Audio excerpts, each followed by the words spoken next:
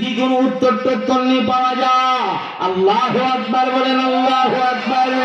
আমি জানতে চাই গো মুসলমান, আপনাদের আল্লাহর যদি কেউ আল্লাহ কয়া ডাক মারে, আপনাদের আল্লাহ জবাব দেওয়ার মতো ক্ষমতা আছে না?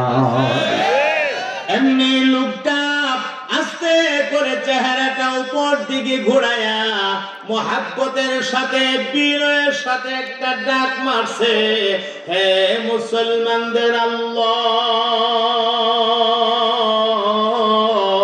সত্যি কি তুমি আছো নাকি নাই? যদি বাস্তবে তুমি থাকো, আমার নৈরাশ বানায়া দিও না, আমার ডাকে জবাব দাও।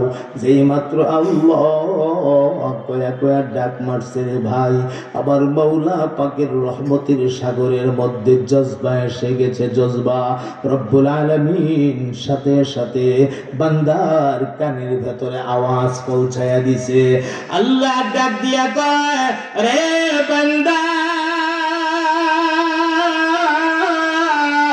আমার রহমতের সাগর অনেক বড়, আমার রহমতের সাগরটা অসীম, আমার রহমতের সাগরের কোনো কুল কিনারা নাই।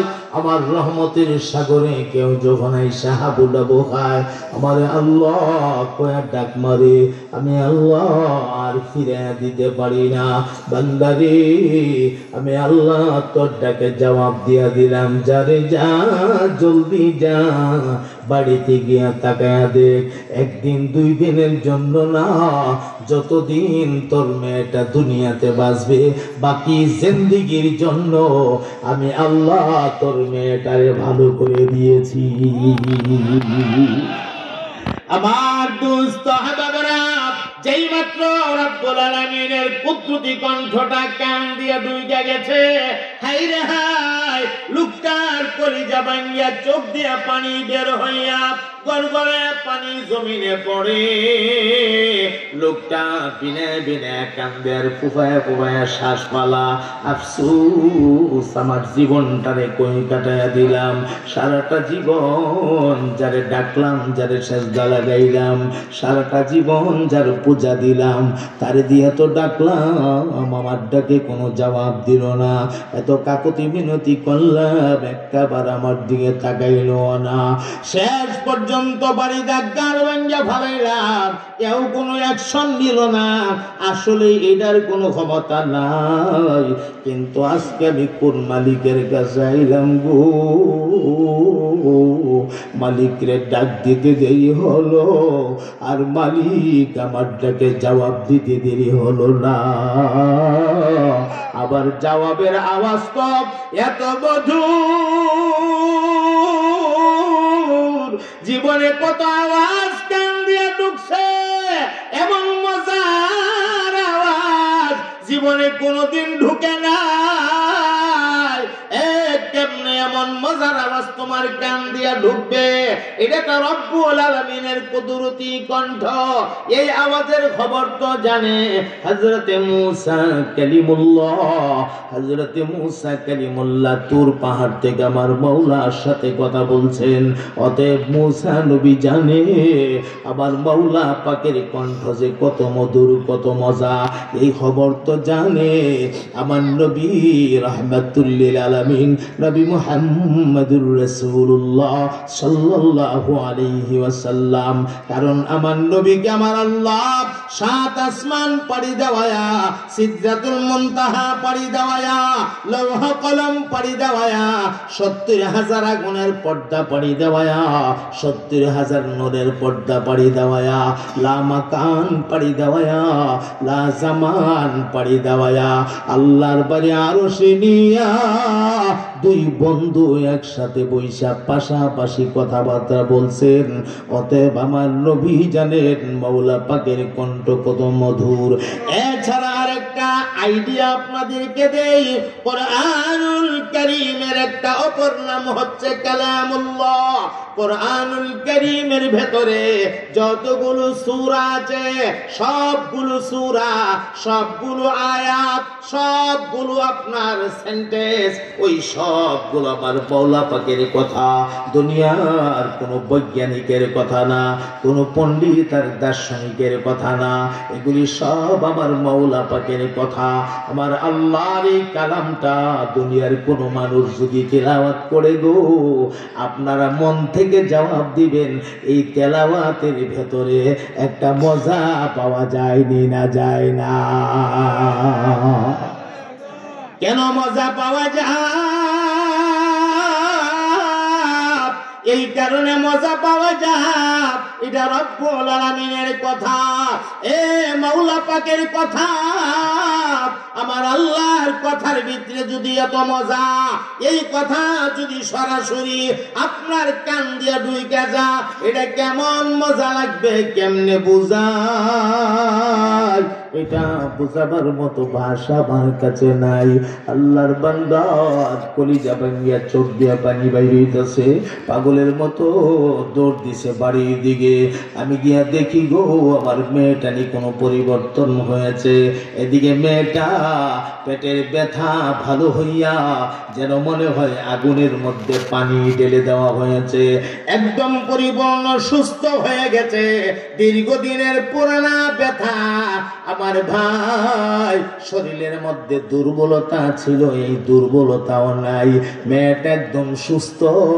মেয়েটা আস্তে আস্তে করে গভীর রাত ঘর থেকে বের হয়ে বাড়ির গেইটে গেছে।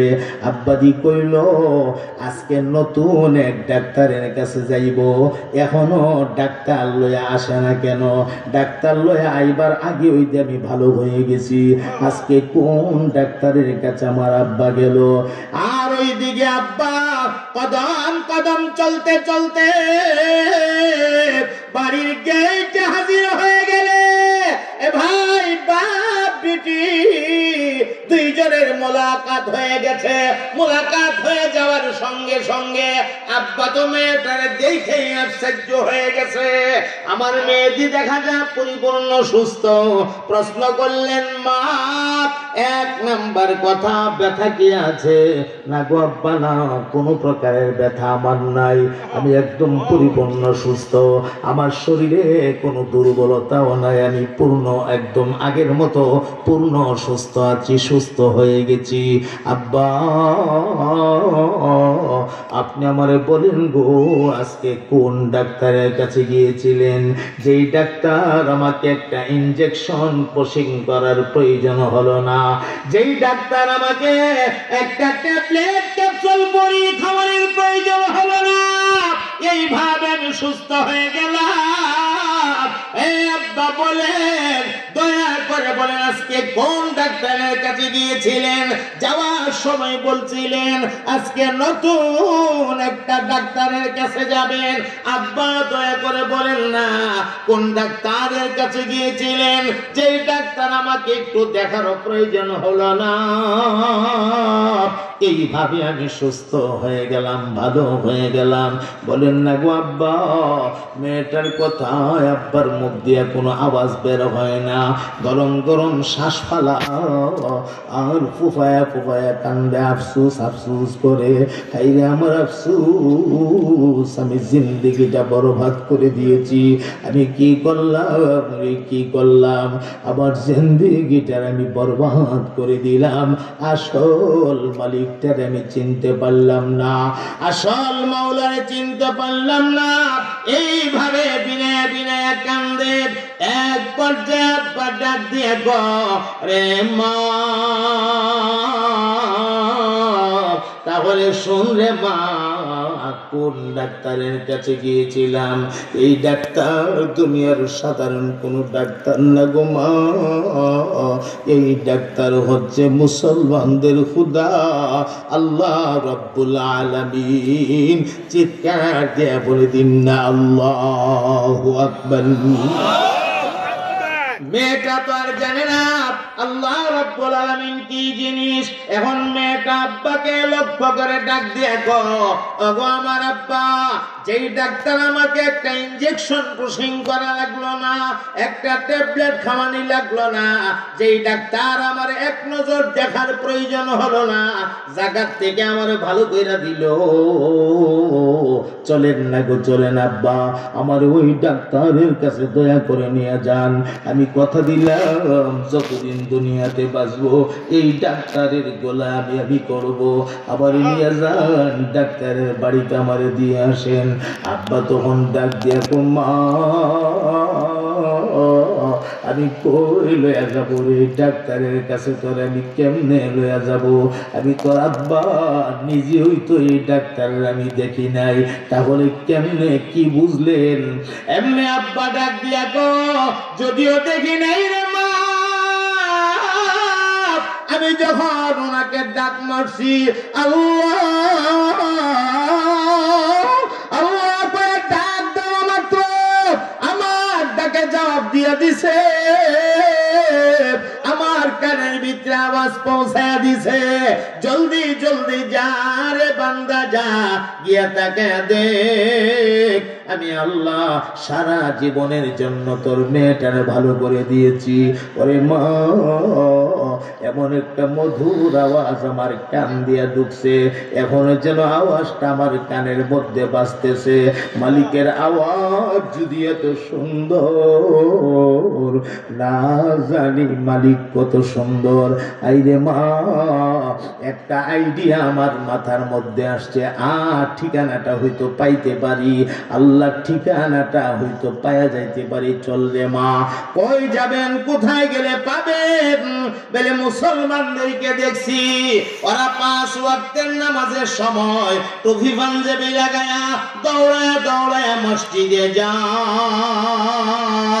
এরা মসজিদে যাওয়ার পরে এরা কাতার বন্ধে হয়ে দাঁড়া, এদের সামনে একজন মানুষ দাঁড়া, এই লোকটার নাম নাকি ইমাম। এই লোকটা নইলে সবগুলি মানুষ নয়, এই লোকটা দাঁড়াইলে সবগুলি মানুষ দাঁড়া, এই লোকটা সেজদা দিলে সবগুলি মানুষ সেজদা দে। মনে হইলে মা, ওই লোকটা মুসলমানদের নেতা হবে মনে হয়, এই লোকটার কাছে গেলে মনে হয় মুসলমানদের আল্লাহ ঠিকানা পাওয়া যাইতে পারে। আমি জানতে চাই রে ভাই, একজন হক্কানি আলেম আল্লাহর ঠিকানা বাতায়া দেওয়ার ক্ষমতা আছে না? না। বাপ বেটি দুইজন রওনা হয়ে গেছে, গভীর রাত, কদম কদম চলতে চলতে চলতে চলতে মসজিদের কিনারায়, মসজিদের পাশে ইমাম সাহেবের হুজরা, ইমাম সাহেবের হুজরাতে আইসা আস্তে করে দরজায় আওয়াজ দিলেন, ওগো ইমাম সাহেব দয়া করে দরজাটা খুলেন। ইমাম সাহেব আর শব্দ পাইয়া ভেতর থেকে ডাক দিলেন, কে গো? এই গভীর রাতে আমার ঘরের দরজায় কে তুমি আসছো? লোকটা বাহির থেকে কয়, আবার চিনবেন না, আমি হইলাম শঙ্কর দা। ইমাম সাহেব কয়, শঙ্কর দা এমন নামের লোক তো এত রাতে আমার দরজায় আসার কথা না। এমন নামের লোক কেন আসবে? কোন মুসলমানের সন্তান যদি আসতো বুঝতাম কোন সমস্যার সমাধানের জন্য আসছে, কিন্তু হিন্দু বেড়া শঙ্কর দা আমার ঘরের দরজায় কেন আসবে? না না, দরজা খুলবো না। যারে বাবা যা, রাতে আমি দরজা খুলি না, সকালবেলা আস যা, বিদায় হয়ে যা। এমনি লোকটা বাহির থেকে দুইটা চোখের পানি ছাইরা দিয়া কলিজা ভাঙ্গা একটা আওয়াজ দিয়া ইমাম সাহেবের ডাক দিয়া কয়, ওগো হুজুর, ও ইমাম সাহেব, আপনি আমাকে তাড়াইয়া দিলে কি হবে গো? আমার আসল মালিক আল্লাহ রাব্বুল আলামিন কিন্তু আমার তাড়াইয়া দেয় নাই, আল্লাহ কিন্তু ঠিকই আমার ডাকে জবাব দিয়েছে। ইমাম সাহেব এক বিরাট টেনশনের মধ্যে পড়ে গেছে। একদিকে নাম কয় শঙ্কর দা, আবার অপর দিকে দিয়ে আল্লাহর নাম কয়। ইমাম সাহেব বললেন দরজাটা খুলে দেই। আস্তে করে টান দিয়া দরজাটা খুলে দিয়েছে। বাপ বেটি দুইজন ঘরের ভেতরে ঢুকছে। বাবা ওই পুরা কাহিনীটা ইমাম সাহেবের শোনাইছে, পেছনের পুরা গল্প ইমাম সাহেব শুনে ইমাম সাহেবের চোখ দিয়া যার যার বেলা পানি পড়ে। এক পর্যায়ে ইমাম সাহেব ডাক দিয়া গো ভাইরি, তোর কপাল বলো ভালো, মাওলা পাকের কুদরতি আওয়াজ তোর কান দিয়া ঢুকে গেছে, তোর জীবনটা ধন্য হয়ে গেছে, তোর জীবনটা সফল হয়ে গেছে, তোর জীবন ধন্য হয়ে গেছে। লোকটা ডাক দিয়া কয় এই ধন্য ধন্য কইলে আমি তো বুঝতে পারতেছি না, আমারে দয়া করে ঠিকানা দেন, মাওলা পাকের ঠিকানা দেন, আমি ওনার বাড়ি যাইতে চাই, ঠিকানাটা দয়া করে দেন। ইমাম সাহেব ডাক দিয়া কই ঠিকানা নিতে চাও? বলে হ্যাঁ নিতে চাই। তাহলে তোমার প্রথম কাজ তোমরা বলো লা ইলাহা ইল্লাল্লাহ। পড়েন লা ইলাহা ইল্লাল্লাহ। দুর্বল আওয়াজ, দুর্বল আওয়াজ, মহাব্বতে বলেন লা ইলাহা ইল্লাল্লাহ।